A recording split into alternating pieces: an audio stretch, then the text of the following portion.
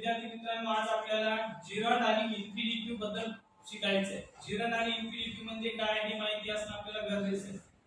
त्याच्यासाठी आपल्याला क्रियापद वर्ब कशाला म्हणतात, वर्बचे प्रकार किती आहेत, वर्ब कोणकोणत्या प्रकारचे असतात याच्याबद्दल आपल्याला माहिती असणं गरजेचं आहे. पहिल्यांदा वर्ब म्हणजे काय, कोणाला सांगतो क्रियापद, पण त्याची डेफिनेशन आपल्याला सांगता आली पाहिजे. क्रियापद कशाला म्हणायचं. समजा मी म्हटलं एखादा शब्द उच्चारला टेबल, हे क्रियापद आहे का?